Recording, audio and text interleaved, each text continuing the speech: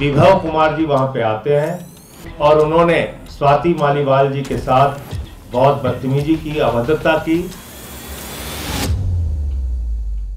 नमस्कार, स्वागत आप सभी का। आपके साथ मैं हूं पुनीत मिश्रा।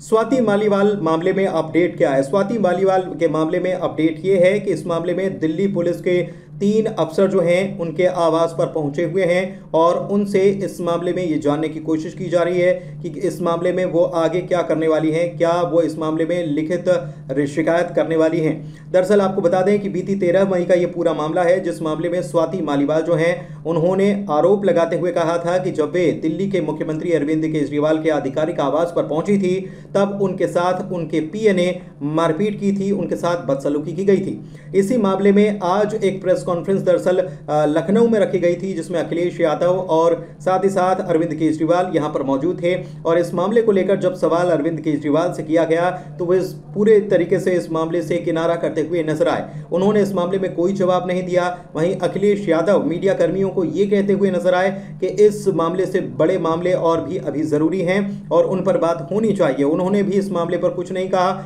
जबकि संजय सिंह की तरफ इस मामले में माइक खिसका दिया गया। लोग, पूरा देश हतप्रभ है, दुखी है, आज तक पीड़ित है।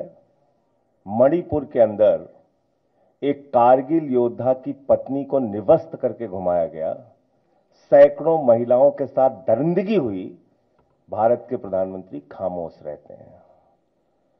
हजारों महिलाओं के साथ प्रज्वल रवन्ना ने बलात्कार किया, दरिंदगी की, मां की उम्र की महिलाओं के साथ। प्रधानमंत्री कहते हैं ये भारत को मजबूती देगा, इसी को वोट देना। ये भारत का भविष्य है प्रज्वल रवन्ना, उसको भगा दिया जाता है बीजेपी के द्वारा।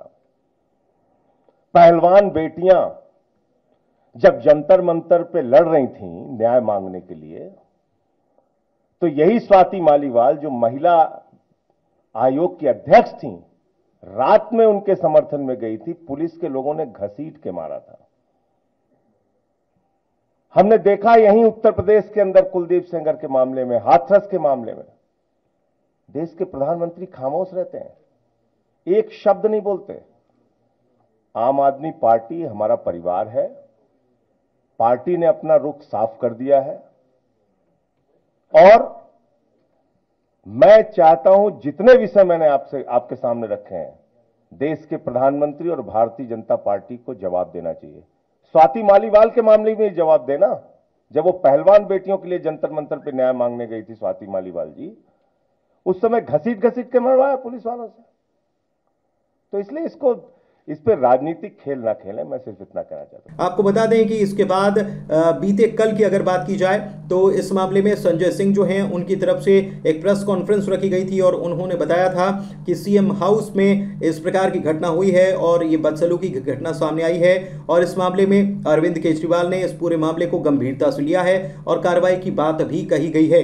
वहीं दूसरी तरफ अगर राष्ट्रीय महिला आयोग की बात की जाए तो राष्ट्रीय महिला आयोग ने सीएम अरविंद केजरीवाल के पीए को तलब कर लिया इस पूरी घटना के बाद। तो और दूसरी तरफ स्वाति मालीवाल के घर पर पुलिस अफसर पहुंचे हुए हैं जो कि उनसे इस पूरे मामले में जानकारी ले रहे हैं कि पूरा मामला क्या है, क्योंकि आपको बता दें कि पीसीआर को दरअसल कॉल मिली थी और ये कॉल जो है स्वाति मालीवाल की तरफ से की गई थी। उन्होंने बताया था कि उनके साथ दिल्ली के सीएम हाउस में बदसलूकी हुई है, उनके साथ बदतमीजी की गई है और इसके बाद पुलिस उसके बाद वे थाने भी पहुंची थी और थाने में भी उन्होंने कहा था कि वे इस मामले में बाद में शिकायत करेंगी। इसी के बाद से ये मामला गरमाया था और बीजेपी ने इस मामले में सवाल उठाए थे कि पुलिस सूत्रों के हवाले से खबर मिल रही है कि स्वाति मालीवाल के साथ बदसलूकी हुई है।